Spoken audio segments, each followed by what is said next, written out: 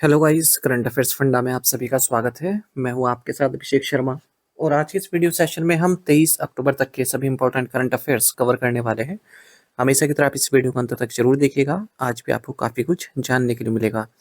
Session की शुरुआत करने से पहले आप सभी को बताना चाहूँगा, यदि आप हमारे daily current affairs PDF, weekly PDF, monthly PDF और हर महीने के banking and economic awareness PDF चाहते हैं तो करंट अफेयर्स फंडा का 1 मेंबरशिप प्लान आप ज्वाइन कर सकते हैं, जिसका लिंक आपको वीडियो के डिस्क्रिप्शन में या फिर फर्स्ट कमेंट में मिल जाएगा।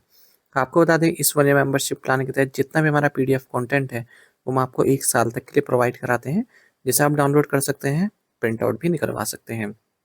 इसके लिए चाहे तो आप करंट अफेयर्स फंडा ऐप को यूज़ कर सकते हैं या फिर अपने लैपटॉप या सिस्टम की मदद से वेब लॉगिन भी कर सकते हैं। कोई भी आपका एग्जाम हो, बैंकिंग, एसएससी, रेलवे या फिर स्टेट पीसीएस, जहाँ पर भी जनरल अवेयरनेस या करंट अफेयर्स पूछे जाते हैं, सभी एग्जाम्स के लिए हमारा पीडीएफ कंटेंट काफ़ी यूजफुल है।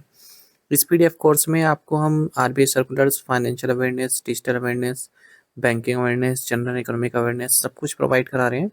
आरबीआई सर्कुलर्स आपने देखे होंगे, आईबीपीएस पीओ मेंस एग्जाम में भी क्वेश्चंस पूछे गए क्योंकि सिलेबस का हिस्सा था। आरबीआई सर्कुलर्स को आप आरबीआई की वेबसाइट से ही पढ़ सकते हैं, वहाँ पर अवेलेबल रहते हैं। पर प्रॉब्लम यह है कि काफ़ी लेंदी होते हैं, फाइनेंशियल और इकोनॉमिक टर्म्स उनमें काफ़ी यूज़ होती है, तो समझने में मुश्किल होता है और टाइम भी लगता है। करंट अफेयर्स फंडा ने ये काम आपका आसान कर दिया है। हमने जितने भी आरबीआई सर्कुलर्स हैं पिछले 5-6 महीनों के, उन्हें कंपाइल किया है काफ़ी ईजी लैंग्वेज में और पीडीएफ फॉर्मेट में। और हर आरबीआई सर्कुलर के साथ आपको एमसीक्यूज मिल जाएंगे प्रैक्टिस करने के लिए। जितने भी रेलेवेंट फैक्ट्स एंड फिगर्स हैं सब इंक्लूड किए गए हैं, इरेलेवेंट थिंग्स हटा दी गई है ताकि जो इंपॉर्टेंट पॉइंट्स हैं वो हाईलाइट हो सके। तो ये आपको इसी पीडीएफ कोर्स में मिल रहा है, आरबीआई सर्कुलर्स। बाकी बैंकिंग अवेयरनेस कोर्स पहले हम आपको अलग से प्रोवाइड कराते थे, लेकिन अब हम इसी कोर्स में आपको प्रोवाइड करा रहे हैं। कंप्लीट बैंकिंग अवेयरनेस पढ़ाया गया है, न केवल आपके बैंकिंग मेंस एग्जाम के लिए, बल्कि अगर आप बैंकिंग इंटरव्यूज देते हैं जैसे IBPS PO, RRB PO, SBI PO, RBI grade B, इन इंटरव्यूज में जो बैंकिंग नॉलेज आपसे पूछी जाती है उन्हें भी आप आंसर कर पाएंगे इस कोर्स को पढ़कर। कंप्लीट इंडियन इकोनॉमीज में पढ़ाई गई है, जैसे एसएससी, रेलवे, स्टेट पीसी जैसे एग्जाम से पूछी जाती है, वहाँ पर भी आप आंसर कर पाएंगे। और इंडियन इंश्योरेंस सेक्टर संबंधित डेडिकेटेड चैप्टर भी इसमें दिया गया है ताकि इंश्योरेंस के बेसिक्स आपके क्लियर हो जाएं। तो सब कुछ आपको एक ही पीडीएफ कोर्स में मिल रहा है, वो भी 1 साल की वैलिडिटी के साथ। तो ये जो आपका ये पूरा कोर्स है, ये करंट अफेयर्स फंडा ऐप पर आपको मिल जाएगा और पूरे साल भर जितने भी आपके एग्जाम्स होंगे जहाँ पर भी जनरल अवेयरनेस या करंट अफेयर्स पूछे जाएंगे, सभी में हेल्पफुल रहने वाला है। तो लिंक वीडियो के डिस्क्रिप्शन में दिया गया है और फर्स्ट कमेंट में पिन कर दिया गया। उस लिंक पर क्लिक कीजिए, ऐप को इंस्टॉल कीजिए। लॉगिन करने के बाद ये कोर्स आप बाय कर पाएंगे। फिर भी कोई डाउट आपका रहता है तो हमारा कस्टमर केयर नंबर है 8448169188, इस पर आप कॉल कीजिए या फिर व्हाट्सएप करके भी जानकारी प्राप्त कर सकते हैं। तो बिना किसी देरी के शुरुआत करेंगे इस वीडियो सेशन की। सेशन की शुरुआत हमेशा की तरह क्वेश्चन ऑफ द डे से करेंगे, जिसका आंसर आपको अभी कमेंट बॉक्स में करना है।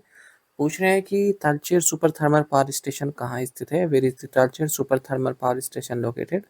ऑप्शंस हैं उड़ीसा, झारखंड, छत्तीसगढ़ या फिर उत्तर प्रदेश। तो जल्दी से आंसर कर दीजिए, फिर हम आगे बढ़ते हैं। और इस तरह के क्वेश्चंस यदि आप प्रैक्टिस करना चाहते हैं तो हमें टेलीग्राम पर जरूर ज्वाइन कीजिएगा। करंट अफेयर्स फंडा नाम से हमारा टेलीग्राम चैनल है।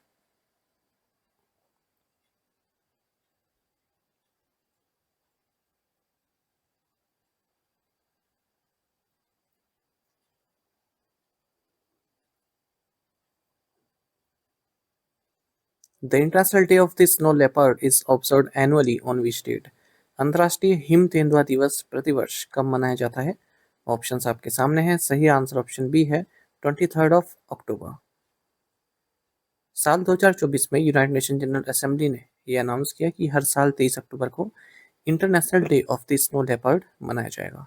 स्नो लेपर्ड यानी कि पैंथेरा अंसिया, ये हाई माउंटेन रीजन्स में पाया जाता है एशिया के, जैसे कि अफगानिस्तान में, भूटान में, China, India, Kazakhstan, Kyrgyzstan, Mongolia, Nepal, Pakistan, Russian Federation, Tajikistan, Uzbekistan, इन सभी देशों के जो हाई माउंटेन रीजन्स हैं वहाँ पर स्नो लेपर्ड पाया जाता है। और अगर हम बात करें IUCN की जो लिस्ट ऑफ थ्रेटेंड स्पीसीज है, उसमें वल्नरेबल कैटेगरी में इसको रखा गया है। On which date is police commemoration day observed every year in India? Bharat में हर वर्ष पुलिस स्मृति दिवस कब मनाया जाता है? ऑप्शंस आपके सामने हैं। सही आंसर ऑप्शन बी है, October 21। रक्षा मंत्री राजनाथ सिंह ने नेशनल पुलिस मेमोरियल जो कि नई दिल्ली में है, यहाँ पर अपनी श्रद्धांजलि अर्पित की है 21 अक्टूबर 2025 को, क्योंकि इस दिन पुलिस कॉमेमोरेशन डे मनाया जाता है। तो बात 21 अक्टूबर 1959 की है, जब 10 साहसी जो पुलिसमैन थे, उन्होंने अपनी जो जीवन है वो न्यौछावर कर दी देश के लिए, क्योंकि जो चाइनीज ट्रूप्स हैं वो घात लगाए बैठे थे हॉट स्प्रिंग लद्दाख में। और तभी से 21 अक्टूबर को पुलिस कॉमेमोरेशन डे के तौर पर मनाया जाता है हर साल। बाकी एक डे आपको जानना चाहिए कि 21 अक्टूबर को ही वर्ल्ड आयोडीन डेफिशिएंसी डे भी मनाया जाता है। As per the Global Forest Resources Assessment (GFRA 2025), what is India's global rank in terms of total forest area? वैश्विक वन संसाधन आकलन 2025 के अनुसार कुल वन क्षेत्र के मामले में भारत की वैश्विक रैंक क्या है? राइट आंसर ऑप्शन सी है, 9th। बात हो रही है ग्लोबल फॉरेस्ट रिसोर्सेज असेसमेंट 2025 की, जिसे फूड एंड एग्रीकल्चर ऑर्गेनाइजेशन फाओ द्वारा रिलीज किया गया है बाली में। इसमें बताया गया है कि जो भारत है उसकी 9th पोजीशन है in terms of total forest area globally. अगर हम फॉरेस्ट एरिया की बात करें पूरे वर्ल्ड में कंट्रीज के हिसाब से, तो भारत 9th पोजीशन पर आता है। भारत में आप देख सकते हैं 7,27,39,000 हेक्टेयर्स फॉरेस्ट एरिया है, जो कि वर्ल्ड फॉरेस्ट एरिया का केवल 2% है। इससे पहले जब ये असेसमेंट हुई थी तब भारत की रैंक 10th थी। और अगर हम बात करें in terms of annual forest area gain, उसमें भारत तीसरे नंबर पर है। वर्ल्ड का जो टोटल फॉरेस्ट एरिया है 4.14 बिलियन हेक्टेयर्स है, ठीक है। और ट्रॉपिकल डोमेन, ये largest proportion of the world forest है, जो ट्रॉपिकल डोमेन फॉरेस्ट है, ये सबसे ज़्यादा हिस्सा है इनका पूरे वर्ल्ड में 45%। उसके बाद फिर बोरियल, टेम्परेट, सब ट्रॉपिकल डोमेन्स। सभी रीजन से बात करें तो यूरोप में लार्जेस्ट फॉरेस्ट एरिया है पूरे वर्ल्ड का 25%। साउथ अमेरिका में हाईएस्ट प्रोपोर्शन ऑफ फॉरेस्ट है 49% of the total land area. Annual rate of not net forest loss की बात करें तो 10.7 मिलियन हेक्टेयर था 1990 से 2000 के बीच में, ये घटकर 4.12 मिलियन हेक्टेयर हो गया 2015 से 2025 के बीच में। टॉप 5 कंट्रीज की बात करेंगे हम forest area as a percentage of total land area, तो फ्रेंच गयाना पहले नंबर पर है, फिर सूरीनाम, फिर गयाना, फिर माइक्रोनेशिया और फिर गैबोन। टॉप 5 कंट्रीज की बात करें annual net gain in forest area की 2015-2025 के बीच, जो चाइना है, रशिया है, इंडिया है, टर्की है और ऑस्ट्रेलिया। टॉप 5 कंट्रीज की बात करें अगर हम annual net loss of forest area, तो Brazil, Angola, United Republic of Tanzania, Myanmar, Democratic Republic of the Congo. बाकी जो नीचे टेबल बनी हुई है ये वो है जहां पर भारत 90वें नंबर पर है, 9th पोजीशन पर है फॉरेस्ट एरिया को लेकर। Who has been elected as Japan's first female prime minister? Japan की पहली महिला प्रधानमंत्री कौन चुनी गई हैं? राइट आंसर ऑप्शन सी है, सनई तकाइची। जापान की पार्लियामेंट ने अल्ट्रा कंजर्वेटिव सनई तकाइची, इन्हें जापान की first female prime minister elect किया है। ये लिबरल डेमोक्रेटिक पार्टी एलडीपी की प्रेसिडेंट है और इस पोजीशन पर ये शिगेरू इशिबा को रिप्लेस कर रही हैं। तो इन्हें 233 वोट्स मिले हैं, मेजोरिटी से 4 ज़्यादा, और इनकी अपोजिट में थी योशिकोडो नोडा जिन्हें 149 वोट मिले हैं। What is the name of India's first indigenously discovered antibiotic? Bharat में पहली बार खोजी गई स्वदेशी एंटीबायोटिक का नाम क्या है? राइट आंसर ऑप्शन डी है, नेफिथ्रोमाइसिन। भारत ने फर्स्ट इंडिजिनसली डिस्कवर्ड एंटीबायोटिक नेफिथ्रोमाइसिन इसको डेवलप किया है, जो कि रेस्पिरेटरी इन्फेक्शंस के अगेंस्ट अपना रेजिस्टेंस दिखाती है, खासकर कैंसर पेशेंट्स में और जो पोरली कंट्रोल डायबिटिक्स हैं उनमें। ये first molecule entirely conceptualised, developed and clinically validated है भारत में, और इसको डेवलप किया गया है गवर्नमेंट ऑफ इंडिया के डिपार्टमेंट ऑफ बायोटेक्नोलॉजी द्वारा well known private pharma house Wockhardt के साथ मिलकर। Who became the first Indian woman compound archer to win a medal at the Archery World Cup final? तीरंदाजी विश्व कप फाइनल में पदक जीतने वाली पहली भारतीय महिला कंपाउंड तीरंदाज कौन बनी है? राइट आंसर ऑप्शन डी है, ज्योति सुरेखा वेन्नम। इंडियन आर्चर है ज्योति सुरेखा वेन्नम, इन्होंने इतिहास रच दिया है, ये first Indian women compound Archer बनी है जिन्होंने आर्चरी वर्ल्ड कप फाइनल में कोई मेडल जीता है। यह आर्चरी वर्ल्ड कप हुआ है नानजिंग चाइना में, इन्होंने ब्रॉन्ज मेडल जीता है। जबरदस्त परफॉर्मेंस की इन्होंने वर्ल्ड नंबर 2 एला गिब्सन के अगेंस्ट। एक स्पोर्ट्स न्यूज और देखेंगे, इंडियन एथलीट है मान शर्मा, इन्होंने भी हिस्ट्री क्रिएट किया है, इन्होंने वर्ल्ड की फर्स्ट एवर बर्पी मैराथन को कंप्लीट किया है, यानी कि 42.195 किलोमीटर इन्होंने पूरे किए हैं, वो भी बर्पीज करके 9 डेज तक जवाहरलाल नेहरू स्टेडियम में। और इसको world book of records London में भी दर्ज किया गया है। Which state houses the BrahMos integration and testing facility centre where the missiles are manufactured? BrahMos एकीकरण और परीक्षण सुविधा केंद्र किस राज्य में स्थित है जहां मिसाइलों का निर्माण किया जाता है? राइट आंसर ऑप्शन डी है उत्तर प्रदेश। तो रक्षा मंत्री राजनाथ सिंह और उत्तर प्रदेश चीफ मिनिस्टर योगी आदित्यनाथ, इन दोनों ने मिलकर ब्रह्मोस मिसाइल का जो फर्स्ट बैच है जो मैन्युफैक्चर किया गया है BrahMos integration and testing facility centre Lucknow में, इसे हरी झंडी दिखाई है। और ये जो सेंटर है इसको रक्षा मंत्री द्वारा 11 मई 2025 को इनोग्रेट किया गया था और 5 महीनों के अंदर ही फर्स्ट बैच ऑफ मिसाइल्स भी यहाँ पर रेडी है डिप्लॉय करने के लिए। रक्षा मंत्री राजनाथ सिंह ने यूपी में ही लखनऊ में titanium and super alloy material plants को भी देश को समर्पित किया है। ये पीटीसी इंडस्ट्री द्वारा बनाया गया है। What is the name of the sixth anti-submarine warfare shallow water craft launched by Cochin Shipyard Limited recently? Cochin shipyard limited द्वारा हाल ही में लॉन्च किए गए छठे anti submarine warfare shallow water craft का नाम क्या है? राइट आंसर ऑप्शन सी है BY528 Magdala. Sixth anti submarine warfare shallow water craft जिसका नाम है BY528 मगदला, इसको लॉन्च किया गया है कोचिन शिपयार्ड लिमिटेड कोची में और इसको इंडियसली डिजाइन एंड बिल्ड किया गया है कोचिन शिपयार्ड लिमिटेड के द्वारा। बाकी आपको बता दें कि ये under water domain awareness anti submarine warfare mine laying capabilities के साथ है। इसके अलावा कोचिन शिपयार्ड ने 2 और वेसल्स जैसे एक CSOV, ये पैलेजिक विंड सर्विसेज साइप्रस के लिए लॉन्च किया है। दूसरा है लार्जेस्ट इंडियसली मैन्युफैक्चर्ड ड्रेजर, ये DCI मुंबई के लिए इन्होंने लॉन्च किया है। Which entities are acquiring up to 15% shareholding in Edelweiss Asset Management Limited and Edelweiss Trusteeship Company Limited?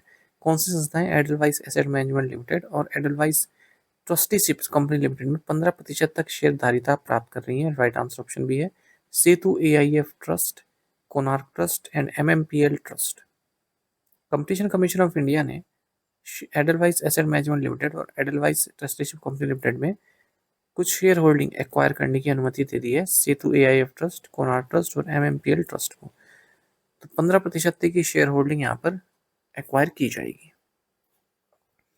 बाकी JB chemicals and pharmaceutical limiteds को एक्वायर किया जाएगा टोरेंट फार्मास्यूटिकल लिमिटेड द्वारा, इसकी मंजूरी कंपटीशन कमीशन ऑफ इंडिया द्वारा दी गई है। Which of the following industries showed positive growth in September 2025? निम्न से किस उद्योग ने सितंबर 2025 में सकारात्मक वृद्धि दिखाई है? राइट आंसर ऑप्शन है steel, cement, electricity and fertiliser. तो इंडेक्स ऑफ 8 कोर इंडस्ट्रीज ये इंक्रीज हुआ है 3% तक सितंबर 25 में अगर हम 2024 से कंपेयर करें।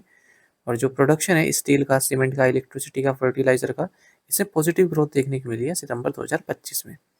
तो 8 कोर इंडस्ट्रीज की परफॉर्मेंस यहाँ पर मेजर की जाती है ICI द्वारा। यह है coal, crude oil, natural gas, refinery products, fertilisers, steel, cement and electricity. जो इंडेक्स ऑफ इंडस्ट्रियल प्रोडक्शन है उसमें 40.27% वेटेज इस 8 कोर इंडस्ट्रीज का ही होता है। अगर हम फाइनल ग्रोथ रेट की बात करें 8 कोर इंडस्ट्रीज की अगस्त 2025 की, तो 6.5% रही है। विच institution signed a $3 billion sovereign exposure exchange agreement? किन दो संस्थाओं ने $3 बिलियन अमेरिकी डॉलर के सोवरेन एक्सपोजर एक्सचेंज समझौते पर हस्ताक्षर किए? राइट आंसर ऑप्शन डी है ADB एंड वर्ल्ड बैंक। तो एशियन डेवलपमेंट बैंक ने $3 बिलियन का sovereign exposure exchange agreement sign किया है वर्ल्ड बैंक के साथ, ताकि जो एशियन डेवलपमेंट बैंक की लैंडिंग कैपेसिटी है अपने डेवलपिंग मेंबर्स के लिए उसको बढ़ाई जा सके। तो EEA यानी कि exposure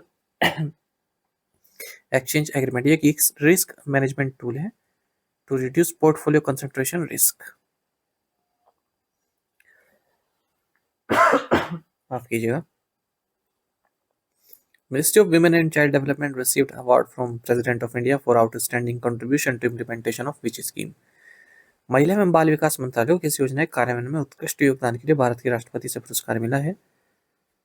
right answer option D है प्रधानमंत्री जनजाति आदिवासी न्याय महाअभियान। देखिए प्रधानमंत्री जनजाति आदिवासी न्याय महाअभियान PN जनमान, इसके आउटस्टैंडिंग इम्प्लीमेंटेशन के लिए जो अनिल मलिक है secretary ministry of women and child development, इन्होंने अवार्ड प्राप्त किया है इस मिनिस्ट्री की ओर से।